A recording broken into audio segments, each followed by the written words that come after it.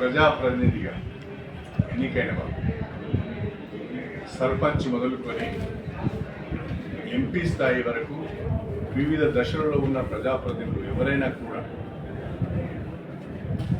వారి గ్రామానికి సంబంధించి కానీ వారి మండలానికి సంబంధించి కానీ వారి నియోజకవర్గానికి సంబంధించి కానీ లేదా ప్రజలకు సంబంధించిన సమస్యలపైన అధికారులను కలిసే అవకాశం ఉంది. తహసీల్దార్ని కలుస్తాము, ఆర్డీఓని కలుస్తాము, కలెక్టర్ని కలుస్తాము, ఎస్ఓడిని కలుస్తాము, సెక్రటరీని కలుస్తాము, పని కాకుంటే మంత్రిని కలుస్తాము, పని కాకుంటే ముఖ్యమంత్రి గారు కలిసి కూడా మనం ఎప్పటికప్పుడు నివేదిస్తుంటాం. విజ్ఞాపన పత్రాలు, వినతి పత్రాలు ఇస్తుంటాం. అది ప్రజాప్రతినిధులకు ఉన్న ఒక ప్రాథమిక హక్కు. ఇవాళ ఒక ఎమ్మెల్సీ కానీ, ఒక ఎంపీ కానీ, ఒక ఎమ్మెల్యే కానీ వాళ్ళకి పరిధులు లేవు. ఎవరి దగ్గరికైనా వెళ్ళొచ్చు, వినతి పత్రం ఇవ్వచ్చు, సమస్య వారికి తీసుకురావచ్చు. అదే పద్ధతిలో ఆ ప్రోటోకాల్కు లోబడే స్టేషన్ గన్పూర్ నియోజకవర్గానికి సంబంధించిన చీపూరు, జీడికల్లు, నవాబ్పేట, మన మల్లనగుట్ట, మల్లికుదుర్ల, గట్టుమల్లన్న, తిరుమలనాథ స్వామి టెంపుల్, ఈ 5 దేవాలయాలకు సంబంధించిన చైర్మన్లను కూడా నా వెంట తీసుకొని కమిషనర్ గారు ఎండోమెంట్స్ యొక్క టైం తీసుకొని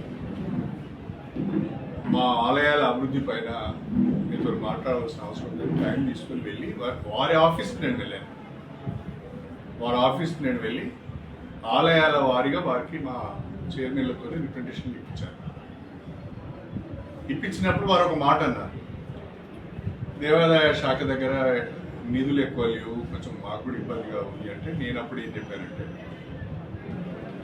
ప్రతి దేవాలయంలో అత్యవసరంగా చేపట్టవలసిన పనులు ఏమున్నాయో మీరు గుర్తించి ఎస్టిమేట్స్ తయారు చేసి నాకు ఇవ్వండి, నేను ముఖ్యమంత్రి గారి దగ్గరికి వెళ్ళి కొన్ని నిధులు తెచ్చుకునే ప్రయత్నం చేస్తానని చెప్పాను.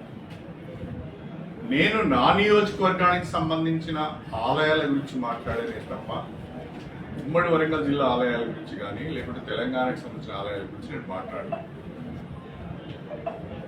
సమీక్ష అంటే నా దగ్గరికి అధికారులు వచ్చినప్పుడు, నా ఆఫీస్కు వాళ్ళు వచ్చినప్పుడు దాన్ని సమీక్షగా మనం భావించాలి. కానీ నేనే వాళ్ళ దగ్గరికి పోయినప్పుడు నేను అది రిప్రజెంటేషన్ ఇవ్వడానికి వెళ్ళినట్టుగా భావించాను. ఇది అవగాహన లోపమే తప్ప మరొకటి కాదు. సమీక్షకు సమస్యల పైన అధికారుల దగ్గరికి వెళ్ళి వినతి పత్రం ఇవ్వడానికి తేడా చాలా ఉంటుంది.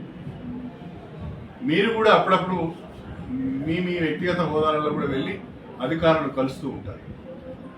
నేను గన్పూర్ ఎమ్మెల్యేగా నాకు చెప్పకుండా మీరు ఎట్లా పోయినాడు అనగలుగుతాను.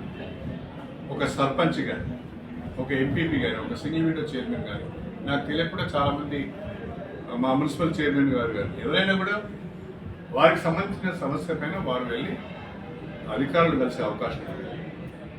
నాకు చెప్పకుండా మీరు ఎట్లా వెళ్ళారు, నా నియోజకవర్గంలో నా పరిధి, నా అధికారం దాటి మీరు ఎట్లా వెళ్ళారు అని మనం అనలేము. అంతేకాకుండా రాజ్యాంగం ప్రకారం, బిజినెస్ రూల్స్ ప్రకారం సమీక్ష మంత్రులు మాత్రమే చేయగలుగుతారు, లేదా క్యాబినెట్ ర్యాంకు ఉన్న వ్యక్తులు మాత్రమే చేయగలుగుతారు. ఎమ్మెల్యేలు, ఎంపీలు సమీక్ష చేయరు, సమీక్షలో పాల్గొంటారు. ఒకవేళ నేను కలెక్టర్ దగ్గరికి వెళ్ళిందంటే అది సమీక్ష కాదు. కలెక్టర్ నా దగ్గరికి వస్తే అది సమీక్ష అవుతుంది. నేను కలెక్టర్ దగ్గరికి పోతే అది రిప్రజెంటేషన్ ఇచ్చినట్టుగా. నేను నా నియోజకవర్గ ఆలయాల అభివృద్ధి గురించి, వాటి రిపేర్స్ గురించి, వాటి రెనోవేషన్స్ గురించి అర్చకులు లేరు, ఈవోలు లేరు, ఇది కొంచెం చూడండి అని చెప్పడానికి మాత్రమే కమిషన్ దగ్గరికి వెళ్ళిన తప్ప మొత్తము శాఖ పైన సమీక్ష నేనే ఎలా చేస్తాను, నాకేమీ అధికారం ఉన్నది. అలా అనుకోవడానికి కూడా అవకాశం లేదు, అలా అర్థం చేసుకోవడానికి కూడా అవకాశం లేదు. తప్పుగా అర్థం చేసుకున్నాం అనేది నా అభిప్రాయం. తర్వాత ఏదో పేపర్లో చాలా విషయాలు వచ్చినాయి. ఏదో ఎవరు కోరిపోయి సీఎం గారికి రాశారు, ఇంకెవరికి రాశారు, ఇంకెవరు వివరణ అడగాలని అన్నారు. అసలు నేను తప్పే చేయలేదు. వివరణ ఇచ్చే ప్రసక్తి ఎక్కడి నుంచి వస్తుంది? నేను ఒక యాజ్ ఏ ప్రజాప్రతినిధిగా నా నియోజకవర్గ సమస్యలను అధికారుల దృష్టికి తీసుకెళ్ళడానికి మాత్రమే వెళ్ళాను నేను. అది నా హక్కు. అది ఓ ఎమ్మెల్యేగా నాకున్న హక్కు. అది నేను ఎవరి అధికారాల పరిధిలోకి వెళ్ళలేదు, ఎవరి అధికారాలు కూడా తీసుకోలేదు. కాబట్టి ఈ రకంగా వార్తలు రావడం కొంచెం బాధాకరంగానే ఉంది. బిజినెస్ రూల్స్ నాకు తెలియదు కాదు. ఇన్నేళ్ల రాజకీయంలో చాలా బిజినెస్ రూల్స్ తెలుసు, చాలా క్రమశిక్షణతో కూడా ఉంటాను నేను. ప్రోటోకాల్ కూడా